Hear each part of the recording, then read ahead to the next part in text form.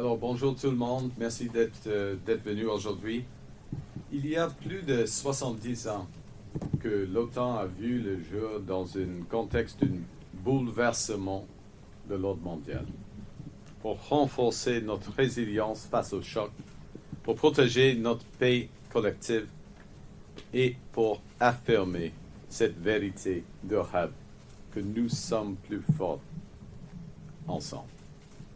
This NATO summit is similarly taking place at a transformational moment for Canada, for the allies of NATO. The international rules-based system on which the alliance has relied upon is under unprecedented pressure. And the threats that are facing individual member states are evolving. They differ both in their form and severity. And at the same time, Canada's own relationship with NATO is appropriately evolving. Put it in a bit of context, for over a century, Canada has been a net exporter of security to Europe. And now, with those evolving threats worldwide, the threats to our own sovereignty are becoming more acute. With increasingly open Arctic waters and rapid advances in cyber, in AI, and quantum, with advanced missile capacities, we can no longer rely on our geography to protect us. As the global landscape shifts, the collective security created by the alliance remains the strongest and the most effective way of protecting Canadian sovereignty and protecting the security of Canadians. So together with our allies, we must ensure that NATO remains strong, unified, and ready to confront the threats not just of today, but of tomorrow. And so, in this pursuit, Canada is helping to ensure that the alliance and the peace that it can help protect prevail. In order to do so, we must invest in our strength, because Canada's leadership must be defined not just by the strength of our values, but by the value of our strength. That's why earlier this month, Minister of Defense, Minister of Foreign Affairs, the Chief of the Defense Staff, and I unveiled Canada's plan to rebuild, rearm, and reinvest in the Canadian Armed Forces to protect, first and foremost, Canadians, to protect our interests, and also to help protect our allies. In doing so, we are reaching NATO's 2% target this year. We've arrived at this summit looking forward with a plan to help lead with new investments to build our strength. This morning, Canada, or just now, I guess it went into the afternoon, Canada and our allies agreed to a new defense investment pledge, which secures Canada's strategic and security goals. As part of that, Canada is already beginning working towards a target of 3.5% of GDP by 2035. By expanding our plan to invest in the Canadian Armed Forces, to modernize our military equipment and technology, to help build up our own defense and security industries, as well as to diversify our defense partnerships.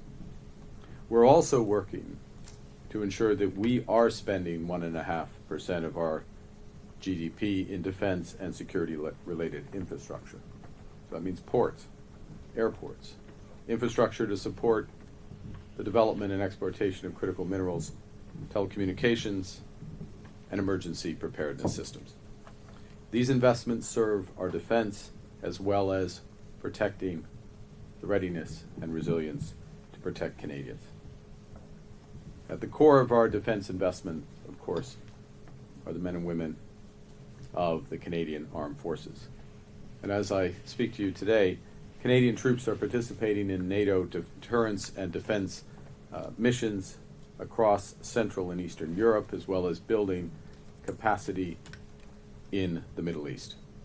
As part of Operation Reassurance, Canada is leading a 14-nation strong multinational brigade with over 2,000 Canadian Armed Forces in Latvia. We're working with our allies and partners across Europe to train Ukrainian soldiers who are defending their homeland from Russia's illegal and barbaric invasion. These are the women and men we are investing in. The forces we will expand with new incentives and new recruitment efforts. Le Canada renforcera également ses capacités industrielles grâce à une stratégie vigoureuse et des partenariats internationaux. Lundi, lors du sommet Canada-Union européenne, nous avons conclu le nouveau partenariat de sécurité et de défense entre le Canada et l'Union européenne.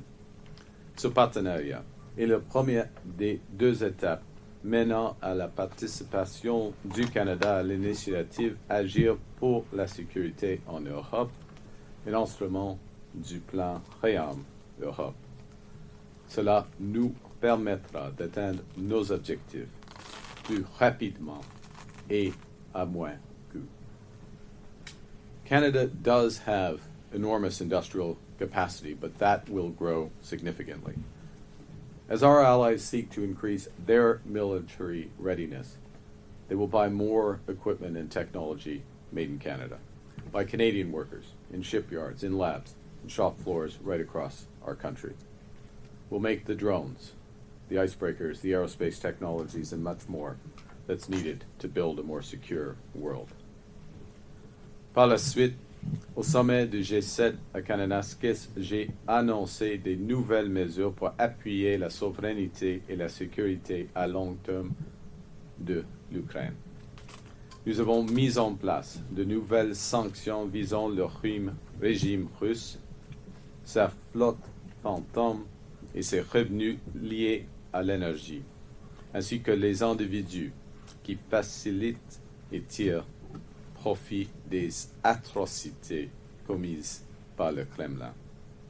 Nous fournissons à l'Ukraine 2 milliards de dollars en financement supplémentaire et nous lui offrons aussi un prêt de 2,3 milliards de dollars qui l'aidera à rebâtir ses infrastructures, ses services publics et sa société civile.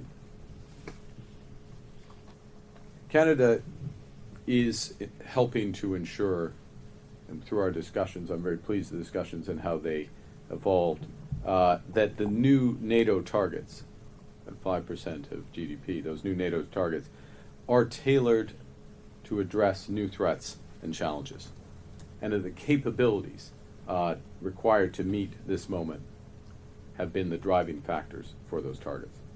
Importantly, the trajectory and the balance of the new NATO defense pledge will be reviewed in 2029 to ensure that the commitments align with the global security landscape. Throughout Canada's history, there have been turning points when the world's fortunes have been in the balance, and each time Canada has chosen to step up, to lead on the path of democracy and freedom. We're once again at one of those moments. If we want the world of tomorrow to be shaped by our values, Canada must be ready. If we want a more secure world, we need a stronger Canada that works with our allies, and today is a very important step to build both. Thank you very much, and I look forward to your questions. Thank you, Prime Minister. We're now going to begin the question period. We'll begin with Steve Chase. First question. Hi, Steve Chase with the Globe and Mail. I want to ask you to what extent you have social license, to what extent you think you have public support for what defense experts are saying would be the largest increase in defense spending since the Second World War. We're talking 7% increases a year to reach that $50 billion number. It's going to crowd out other investments. It's going to crowd out requests for healthcare transfer increases. So to what extent do you think you have public support for this? Well, thanks for the question, Steve. Let me answer this in two ways. The first is to provide some context to the overall 5% number. 1.5% of that 5% is what's called a defense industrial pledge. And as I described very briefly in my remarks, it's much more detail in the public documents, and we can go into more detail. In fact, the Minister of National Defense can go into an exhaustive detail here. But that the industrial element of that, much of this we are already doing. This is about building the resilience. What do we do to build the resilience of the country? How much are we spending on our ports, on our transportation infrastructure? How much are we spending in order to develop our critical minerals? What do we do to make sure we have a resilient telecommunications system? These are things that actually we as government, both federal and provincial governments, these are responsibilities we have today to Canadians and responsibilities that, by and large, we are fulfilling. Now we're going to do a more proper accounting of that and a more strategic set of investments in that. So yes, we'll find gaps. We'll be transparent about that. We'll make up those gaps. So the overall context of the net increase in defense spending is much less than the headline from 2 to 5. First point. Very important point. But we have to show that, and we have to be deliberate and strategic about it, and we will. The second thing is what happens in terms of the, I'll call it the 2 to the 3.5, that number. We absolutely need to establish the political and social, to use the social license, the public support for that. It needs to be, as I indicated in my remarks, including my remarks in that room. First and foremost, we are protecting Canadians. We are protecting Canadians against new threats. I wish we didn't have to, but we do have to, and it is our core responsibility as government. And those threats, we see them, the evolving threat environment, most clearly in the Arctic, but it's also through the Arctic into Canada. And so we're taking our greater responsibilities around that. We have to be clear about what we're doing in order to achieve it. Last point. We're focused on the outcome, the result, protecting Canadians. We're driven by that, not by, with all due respect, sitting in the NATO building, by NATO accountants. And that's part of what's relevant for this 2029 review. We're going to focus on those new threats. We're going to take more of it directly in our responsibility, because they are a responsibility of threats on our soil, in our marine areas. And where possible, we're going to work with our partners, but we're also going to assess how well we've done, first and foremost to Canadians, whom we serve, but also to our partners. There'll be a review and there'll be an adjustment at that point. The follow-up question is more of a reflection on the trip and what you hope to accomplish overall here. You said the other day that Canada is the most European of the non-European countries. You came here to sign a security and defense partnership. Serious question. Mm-hmm. Is there any way, or have you given any thought to possibly trying to chart a path to joining the European Union? Obviously, it's a geographical series of countries, but they also share a philosophy about how to arrange society and how to treat individuals, and they share a lot of values with us. So is that door completely closed to us, or is there anything like being an observer or something that we can get to? Because I have to say that question comes up a lot in talking to Canadians these days. Interesting. I haven't heard it expressed to me by Canadians, or many Canadians. So the short answer is no. That's not the intent. That's not the pathway we're on. But much of what you said in your question, I would subscribe to, which is that most European and non-European nations. That's not necessarily a comment about the historical makeup of the country, but it's the relative value set, the value on liberty, the value on democracy, the importance of solidarity. We have similar social welfare systems. The importance we put on sustainability, our ability to mutualize, in other words, to work with others and protect. Our belief in a rules-based international system, which the footprint of that is shrinking, but it's not immaterial, and we're helping to build that with Europe. And the way we see it, if I could frame it, final comment, this could be a bigger discussion at the right point.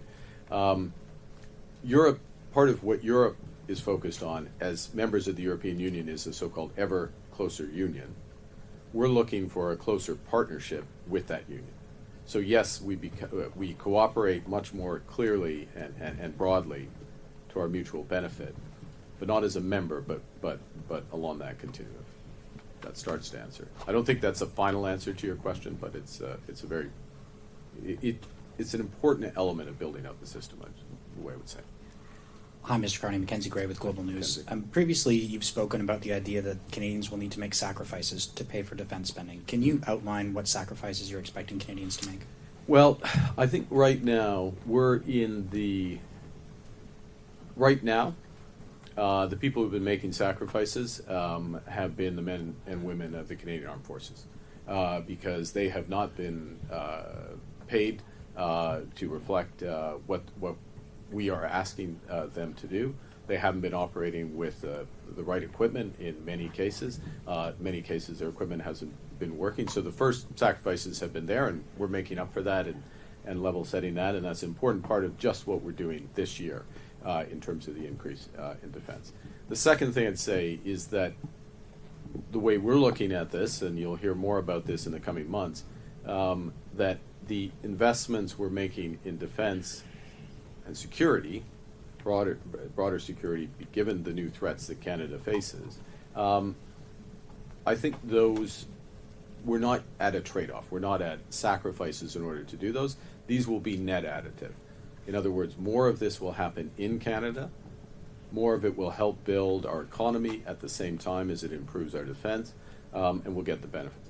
The question is, as we move towards later in this decade, and depending on how the threat environment evolves globally, if we are moving to the higher and higher levels of defense spending because that's necessary, then we will have to make considerations about what less the federal government can do in certain cases and how we're going to pay for it. Those trade-offs,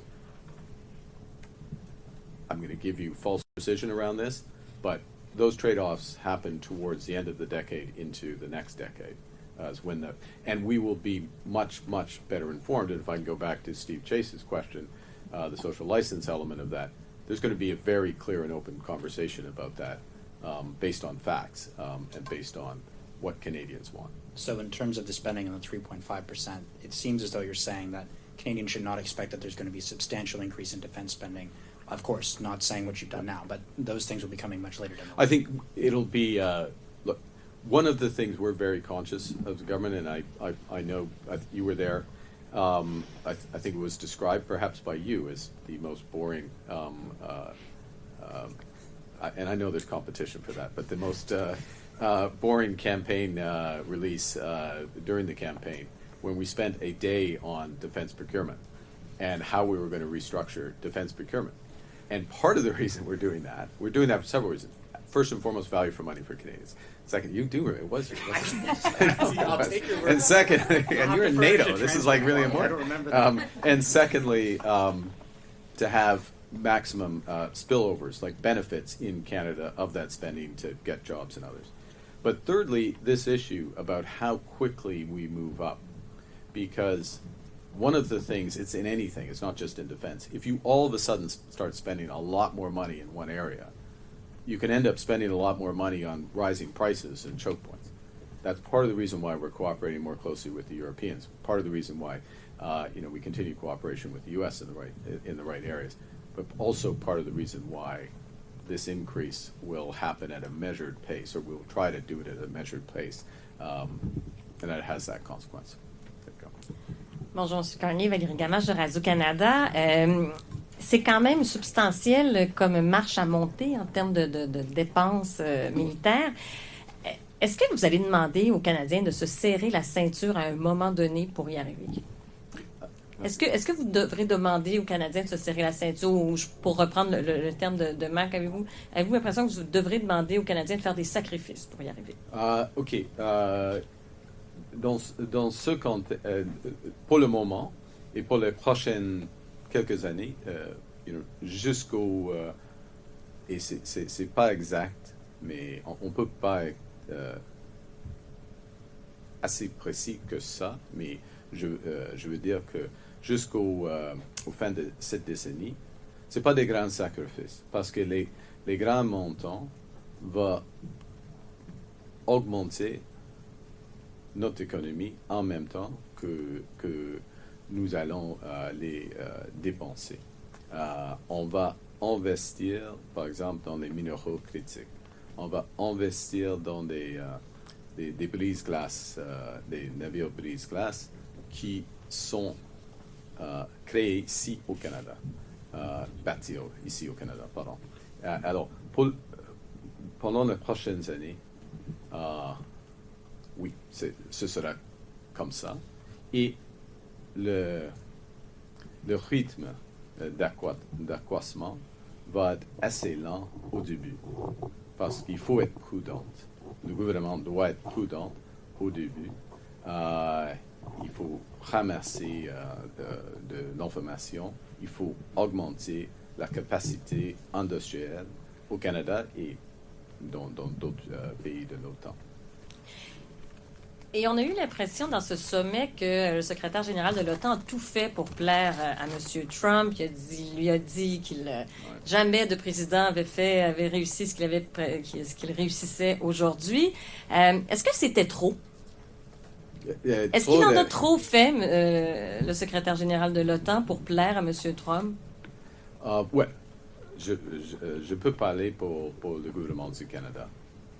Nous faisons des mesures pour les Canadiens et Canadiens.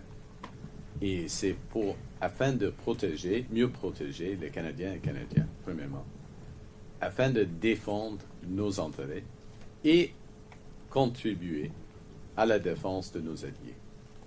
C'est pour tout ça. Là, dans un monde où les menaces, malheureusement, continuent à augmenter.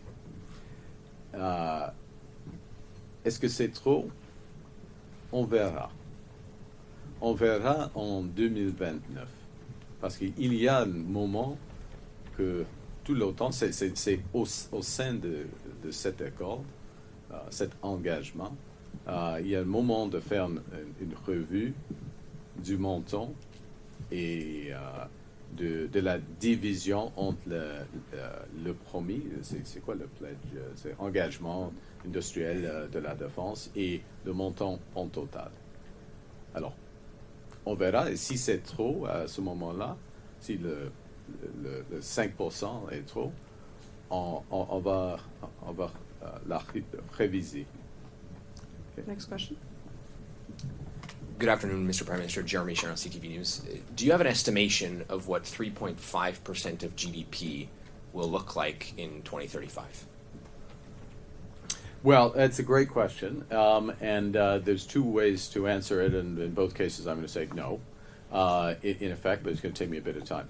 And the reason is this, is that, and this is a crucial point that we have been making, the ambassadors here have been making, the ministers have been making, his officials have been making, I make in the room and in bilaterals, is the world is changing quite rapidly. We all know that in terms of the threats.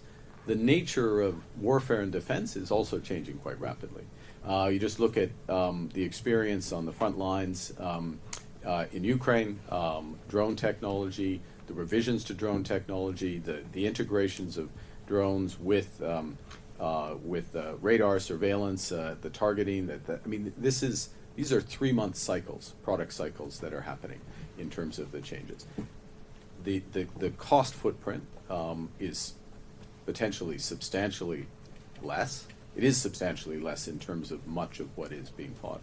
We have not, Canada, NATO more broadly, have not yet integrated those learnings. And that's first. People know they need to do that, but that's part of the questions that's going to evolve over time. Secondly, the other threat environments, cyber, I'll group them under cyber, but the scale of cyber, which will only be augmented by quantum, the risks be augmented by the development of quantum, that's changing very rapidly. So we don't know how much we're going to be spending and how we're going to spend, both in terms of, I'll call it, drones are both air and battlefield tank defenses wrapped into one. So how that's going to evolve, how the cyber warfare is going to evolve, what the relative spend is going to be on that, and what's the most efficient way to do that. That's the first element. The second element is whether the threat environment itself changes, because we should spend for the environment, not for some what could be an arbitrary number. Key point. The fact that we are doing this today, the fact that we're united, the fact that the United States is fully behind this, the fact that we're working together, is going to reduce the threat environment 10 years from now. Certainly, now, we'll never be able to precisely answer that, what it would have been versus what it is there, but the deterrence element of NATO has just gone up substantially, and it's crucial. And we would really feel it if we went in the other direction. my follow-up's on the Middle East. Have you seen intelligence from the U.S. attack on Iran's nuclear sites, and do you know how far set back Iran's nuclear attack was, or set back their nuclear capabilities were by this attack? Yeah, I don't have intelligence that I can share with respect to that. I will say that the U.S. attacks degraded Iran's nuclear capability, nuclear weapons capability. Crucial point here. We're now all talking about what we should be talking about, which is this was nuclear weapons capability that they were developing, and that has been degraded. That shift with some other factors and the clarity, I think, of the U.S. actions and the intent, and I would add to that the neutrality. Might not quite diplomatic language necessarily used by the president yesterday, but it was neutral language that the president used yesterday. The combination of those factors have contributed to a ceasefire, which is in very early days, and we just add our voices to the importance of that holding, and that those ceasefires, not just holding and being developed, and that there is a more enduring de-escalation with Iran. But also that there is a ceasefire in Gaza. This does create an opportunity. We made that point. It's not just a necessity, but we made the point about what was called resolution in the G7 statement signed by the United States, G7 statement at Kananaskis, a separate statement on Iran, that resolution should lead to reduction of hostilities in the broader region, including a ceasefire in Gaza. We reiterate that point today. We've got about 3 minutes left. Sorry. And 3 journalists left. So Okay, let's I'll be. try to work It's together my here. fault. I'll be quicker. Yeah. Next question. The Prime Minister Thomas Hill from Bloomberg News. You've been in Europe several days speaking with leaders about security, and you campaigned to Canadians about rebalancing defence dollars away from the US. So I wanted to ask if you've had talks with specific European partners about fighter jets, submarines, specific big-ticket items that Canada is looking to procure. The short answer is yes. Can you be On any more both, specific on fighter jets and submarines. When and can we other, expect to see decisions on those? with the review of the F-35, we expect to complete by the end of the summer. If we need, we'll take all the time necessary, no more, and we'll go from there. And submarines? That's a longer process. It runs to 2027, 2020. At least it may be 2028 before the final decision. But it's a big procurement process, and there's multiple steps. But there's lots of interest in helping us in that. Thank you. My other question, I'll try and Wow, be fast, that's is that's question 4. about the commitment to hundreds of billions of dollars cumulatively you've made today. The Parliamentary Budget Officer told us that implies higher deficits unless you either raise taxes or cut major projects, social spending. So do you agree with him? And if so, how high a net debt to GDP ratio are you willing to run?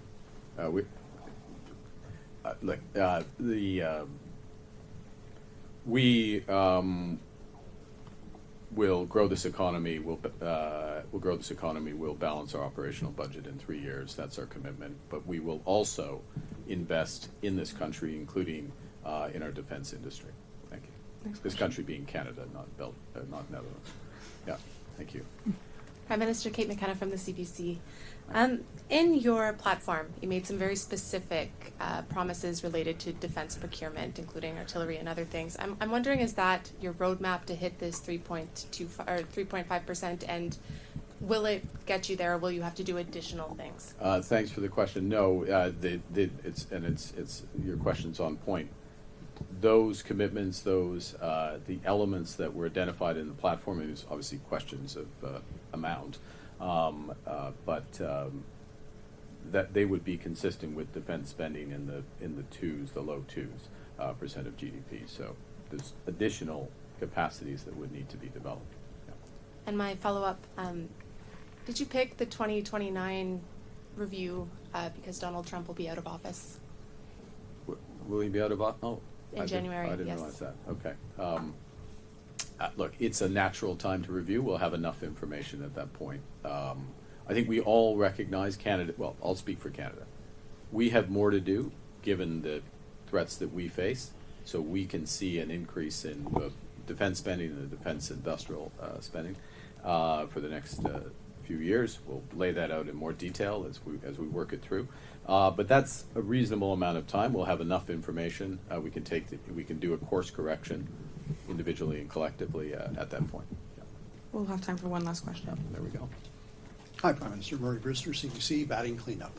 There you go. I want to pick up on a couple things that No, you've not asked. You've been asked already about defense procurement.